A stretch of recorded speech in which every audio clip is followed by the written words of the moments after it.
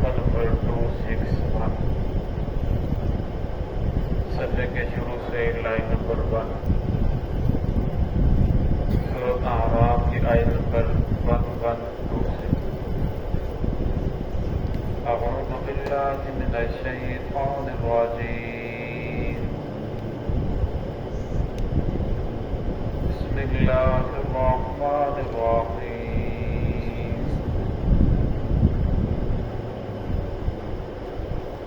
وجاء السحرة فرعون قالوا إن لنا لأجرا إن كنا نحن الغالبين قال نعم وإنكم لمن المقربين قالوا يا موسى إما أن تلقي وإما أن نكون نحن الملقين قال ألقوا فلما ألقوا سحروا أعين الناس واسترهبوهم وجاءوا بسحر عظيم وأوحينا إلى موسى أن ألق عصاك فإذا هي تلقف ما يأفكون سمعت بسم الله الرحمن الرحيم وجاء السحرة فرعون قالوا إن لنا لأجرا إن كنا نحن الغالبين قال نعم وإنكم لمن المقربين قالوا يا موسى إما أن تلقي وإما أن نكون نحن الملقين قال ألقوا فلما ألقوا سحروا أعين الناس واسترهبوهم وجاءوا بسحر عظيم وأوحينا إلى موسى أن ألق عصاك فإذا هي تلقف ما يأفكون وجاء السحرة فرعون اور آئے جادوگر فرعون کے پاس قالوا کہنے لگے ان لنا لأجرا کیا ہمارے لیے کوئی اجرت بھی ہوگی ان كنا نحن الغالبین اگر ہم غالب آ گئے قال نعم فرعون کہنے لگا جی ہاں ان وانکم لمن المقربین بے شک تم میرے مقربین میں سے ہو جاؤ گے میرے قریب لوگوں میں سے قالوا یا موسیٰ پھر وہ موسیٰ علیہ السلام کے پاس کہنے لگے اما ان تلقیا کیا آپ اما ان تلقیا کہ آپ پہلے ڈالیں گے، و اما ان نکون نحن الملقین یا ہم پہلے اپنا کرتب دکھائیں، ہم اپنی رسیاں لاٹیاں ڈالیں۔ قال القوا، موسیٰ علیہ السلام نے فرمایا تم ڈالو۔ فلما القوا، جب انہوں نے رسیاں اور لاٹیاں ڈالی، سحروا اعین الناس، اور انہوں نے جادو کر دیا لوگوں کی آنکھوں پر، واسترهبوهم، اور لوگ گھبرا گئے، وجاءوا بسحر عظیم، اور وہ جادوگر لے کر آئے بہت بڑا جادو۔ وَأَوْحَيْنَا إِلَى مُوسَىٰ، ہم نے وحی کی موسیٰ علیہ السلام کی طرف، ان الق عصاک، کہ آپ بھی ڈال دیں اپنے عصا کو،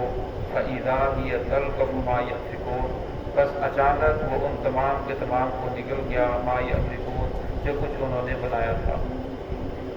گزشتہ آیات سے موسیٰ علیہ السلام اور فرعون کا تذکرہ چل رہا ہے کہ فرعون نے جب دعوت دی، موسیٰ علیہ السلام نے جس وقت فرعون کو دعوت دی، فرعون کو حق کا پیغام پہنچایا، لیکن فرعون ماننے کی بجائے آگے سے اکڑ گیا، مقابلے کے اندر آ گیا۔ جب اس نے شہروں کے اندر مقابلہ کرنے والے جادوگروں کو بلایا گیا تو 72,000 جادوگر تھے۔ اب اس کے علاوہ خلقت کتنی ہوگی تو بے شمار تھی۔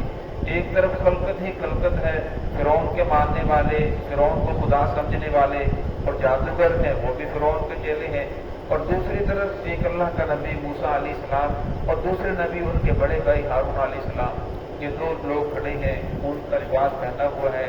لوگ مذاق کر رہے ہیں۔ تو جس وقت وہ جادوگر فرعون کے دربار میں پہنچے، جادوگر جانتے تھے فرعون بڑا ظالم آدمی ہے، ہم اتنی دور سے چل کر آئے، شہروں سے کوئی سواری کرائے پر لے کر آیا، کوئی اپنی سواری پہ آیا، کہ کیا ہمیں کچھ اجرت میں ملے گی؟ تو فرعون کے پاس جمع ہو کر گئے تو کہنے لگے ان لنا لاجرا، کہ ہمارے لیے کوئی اجرت بھی ہوگی، ان کننا نحن الغالبین، اگر ہم غالب آ جاتے ہیں، موسیٰ علیہ السلام مغلوب ہو جاتے ہیں، ہار جاتے ہیں، ہم جیت گئے، تو کیا ہمارے لیے کوئی اجرت ہوگی؟ تو فرعون نے آگے سے کہا قال نعم وانکم لمن المقربین، تم میرے مقربین میں سے ہو جاؤ گے، دربار کے اندر تمہاری ہی کرسیاں ہوں گی اور تمہیں بہت اعلیٰ قسم کا انعامات بھی دیے جائیں گے۔ تو بڑے خوش ہوئے۔ پھر اس کے بعد قالوا یا موسیٰ، موسیٰ علیہ السلام کے پاس آئے، کہنے لگے ایمان تو کہ وایمان ان نکون نحن الملکین، کیا آپ پہلے اپنا کرتب دکھائیں گے یا ہم دکھائیں گے؟ کیونکہ جادوگر سمجھتے ہیں جس طرح ہم جادوگر ہیں اس طرح موسیٰ علیہ السلام بھی جادوگر ہیں۔ تو موسیٰ علیہ السلام نے فرمایا قال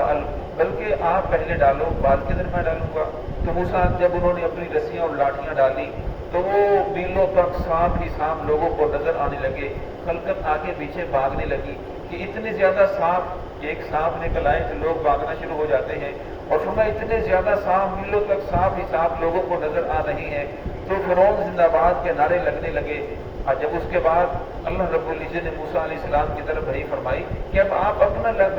رسی کو لاٹھی کو ڈالیں، اور فرمایا جب لوگوں نے دیکھا تو لوگوں کے اوپر ایک ہیبت طاری ہو گئی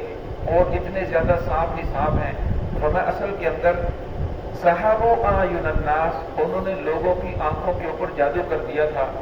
اور لوگوں کو وہ سانپ نظر آ رہے تھے، واسترهبوهم، جس کی وجہ سے لوگ گھبرا گئے کہ اتنا بڑا جادو اور اتنے زیادہ سانپ ہیں۔ تو یہاں امام رازی رحمۃ اللہ علیہ لکھتے ہیں کہ جادو جو ہوتا ہے وہ چیز کی حقیقت کو نہیں بدلتا، بلکہ لوگوں کی آنکھوں کے اوپر، لوگوں کی قوت خیالیہ کے اوپر اثر ہوتا ہے، جس کی وجہ سے لوگوں کو وہ چیز کی حقیقت بدلی ہوئی نظر آنی شروع ہو جاتی ہے کہ یہ چیز حقیقت کے اندر وہ لکڑی ہی تھی، رسیاں ہی تھی، لیکن لوگوں کو سانپ آنا شروع ہو گئے۔ دوسری تجویز انہوں نے یہ بیان کی کہ ان لوگوں نے اپنی لاٹھیوں کے اندر پارا ڈالا ہوا تھا، وہ اتنی زیادہ مقدار میں تھا کہ پارے کو جب دھوپ کے اندر رکھا جائے تو وہ حرکت کرتا ہوا نظر آتا ہے، اس طرح لوگوں کو یوں محسوس ہوا کہ جس طرح یہ حرکت کر رہے ہیں۔ لیکن اہل سنت کا یہ عقیدہ ہے، یہاں پہلے پارے کے اندر ہاروت ماروت کا واقعہ ہے۔ امام رازی رحمۃ اللہ علیہ یہاں اس کے نیچے تفسیر میں لکھتے ہیں کہ جادو جو ہے انسان کو گدھا اور گدھے کو انسان تک بنا دیتا ہے، یعنی لوگوں کی نظروں کے اندر لوگوں کو جو گدھا ہے وہ انسان نظر آنے لگ جاتا ہے اور انسان جو ہے وہ گدھا نظر آنے لگ جاتا ہے، یعنی جادو کی اتنے اثرات ہوتے ہیں، اتنے اثر، اس کے اثر کے ذریعے وہ اتنی زیادہ تبدیلی بھی کر سکتے ہیں۔ تو یہاں فرمایا کہ جادو جو ہے حقیقت کو تو نہیں بدلتا لیکن اس کے اثرات ضرور ہوتے ہیں۔ اب یہ جادو کس طرح ہوتا ہے؟ تو فرمایا جس انسان کا عقیدہ کمزور ہو وہ پہلے ہی پریشان ہو کہ میرے اوپر فلاں پریشانی ہے، اب کاروبار ٹھپ ہوتا چلا جا رہا ہے، یوں محسوس ہوتا ہے جیسے کسی نے جادو کر دیا، اور میں اس کے اوپر اثرات زیادہ ہوتے ہیں، اور فرمایا پھر اس طرح وہ پریشانی کے اندر ملوث ہوتا چلا جاتا ہے۔ باقی فرمایا کوئی انسان اپنے جادو کے ذریعے کسی کا کچھ بگاڑ نہیں سکتا۔ جس وقت رسول اللہ صلی اللہ علیہ وسلم کے اوپر جادو کیا گیا تو سورۃ الناس اور سورۃ فلق دو صورتیں اتری، دونوں کی 11 آیات ہیں۔ آپ صلی اللہ علیہ وسلم کو بتایا گیا کہ فلاں جگہ کوشے کے اندر فلاں جگہ یہ جادو دفن ہے، تو آپ صلی اللہ علیہ وسلم کے وہ 11 گرے تھی، ان کے اندر 11 سوئیاں لگی ہوئی تھی۔ آپ صلی اللہ علیہ وسلم ایک آیت کو کھولتے ایک گرا پڑھتے، جب 11 آیات پڑھی اور 11 گرے کھولی تو رسول اللہ نے فرمایا اب مجھے یوں محسوس ہو رہا ہے جیسے میرے کندھوں سے جو بہت زیادہ بوجھ تھا وہ اتر چکا ہے۔ تو امام شافعی یہاں مفتی تقی عثمانی سے مفتی شفیع صاحب اس رحمۃ اللہ علیہ جنہوں نے معرفت قرآن لکھی ہے، وہ ان آیات کے تحت سورۃ الناس فلق کے تحت لکھتے ہیں کہ انسان کو دنیا کے اندر رہنے کے لیے اتنی کھانے پینے اور کپڑے کی ضرورت نہیں جتنی انسان کو آخری 2 ضرورتوں کی ضرورت ہے۔ پھر وہ آگے لکھتے ہیں کہ انسان کو یا تو تکلیف پہنچانے والا انسان ہی ہوتا ہے، جب انسان بگڑ جائے تو وہ دوسروں کو تکلیف پہنچانا شروع کر دیتا ہے، اور فرمایا انسان کو تکلیف پہنچانے والے جنات ہوتے ہیں، اور میں جو انسان ان صورتوں کی تلاوت کر لے اور میں وہ جنات، جادو، شیاطین، نظر بد ہر چیز سے محفوظ رہتا ہے۔ اس لیے علماء فرماتے ہیں، مفسرین کرام لکھتے ہیں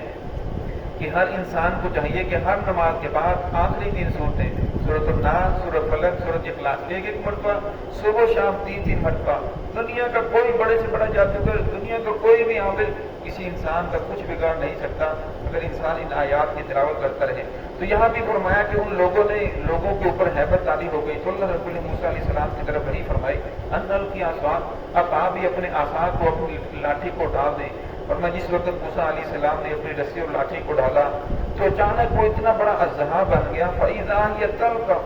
ان تمام کے تمام جتنی بھی رسیاں اور لاٹھیاں ان لوگوں نے ڈالی تھی ان تمام کے تمام کو نگل کر کے بیٹھ گیا۔ اب جو جادوگر تھے وہ تو سمجھ گئے کہ یہ جادو نہیں ہے، یہ واقعی اللہ رب العزت کے نبی ہیں، کیونکہ جادوگر جانتے تھے کہ جادو کی حقیقت اتنی ہے کہ لوگوں کی نظروں کے اندر یہ پیش کیا جائے کہ یہ چیز بدل چکی ہے، یہ رسیاں نہیں، لاٹھی نہیں بلکہ سانپ بن چکی ہیں، اور یہ سب کو نگل جانا، اس سے پتہ چلتا ہے کہ موسیٰ علیہ السلام واقعی اللہ رب العزت کے نبی ہیں۔ پھر جو جادوگر تھے وہ ایمان لے کر آئے، اور باقی جن لوگوں نے ایمان نہیں لایا آگے اسی کو تذکرہ انشاءاللہ کل کی آیات میں آئے گا۔ بسم اللہ الرحمن الرحیم، الحمدللہ رب العالمین والعاقبۃ للمتقین، ربنا آتنا